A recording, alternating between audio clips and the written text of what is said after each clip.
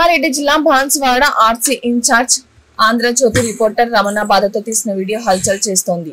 ఆ వీడియోలోని మాటలు ఇవే. ప్రముఖ దినపత్రిక ఆంధ్రజ్యోతిలో లంచం అవతారాలు, డబ్బులు ఇస్తే ఏదైనా చేస్తాం, లేకుంటే వేరే వాళ్ళని పెట్టి ఇబ్బందులకు గురి చేస్తామని లంచాలు తీసుకుంటూ రిపోర్టర్లని వేధిస్తున్నారు. ఆ ముగ్గురు నిజామాబాద్ యూనిట్ ఆఫీస్ లో పనిచేస్తున్న బ్యూరో ఇన్ఛార్జ్, ఎడిషన్ ఇన్ఛార్జ్ ముఖ్యంగా రిపోర్టర్ వద్ద డబ్బులు వసూళ్లకు పాల్పడుతున్నారు.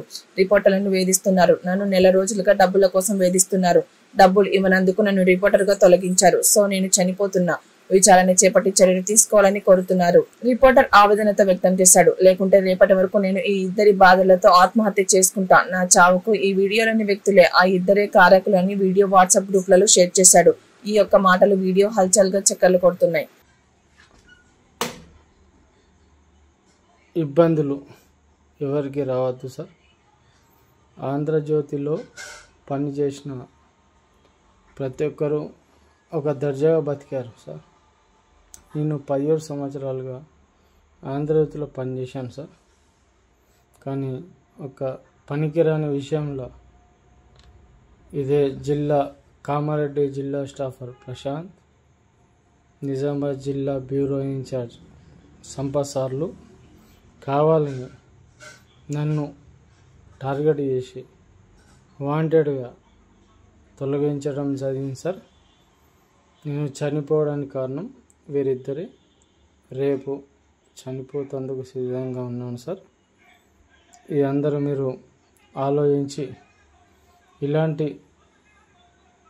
చనిపోవడానికి సమయం ఎవరికి రావద్దని కోరుతున్నాను సార్. వీళ్ళందరూ డబ్బుల మనుషులు సార్. వీరందరూ డబ్బులు కావాలని కోరుతారు సార్. నాతో డబ్బులు లేకనే నాకు నెల నుంచి ఇబ్బంది పెడుతున్నారు సార్. నాకెవరు లేరు సార్. ఓన్లీ ఆంధ్రజ్యోతి పేరు మీద బతికాను సార్. ఇల్లు కట్టలేదు. నా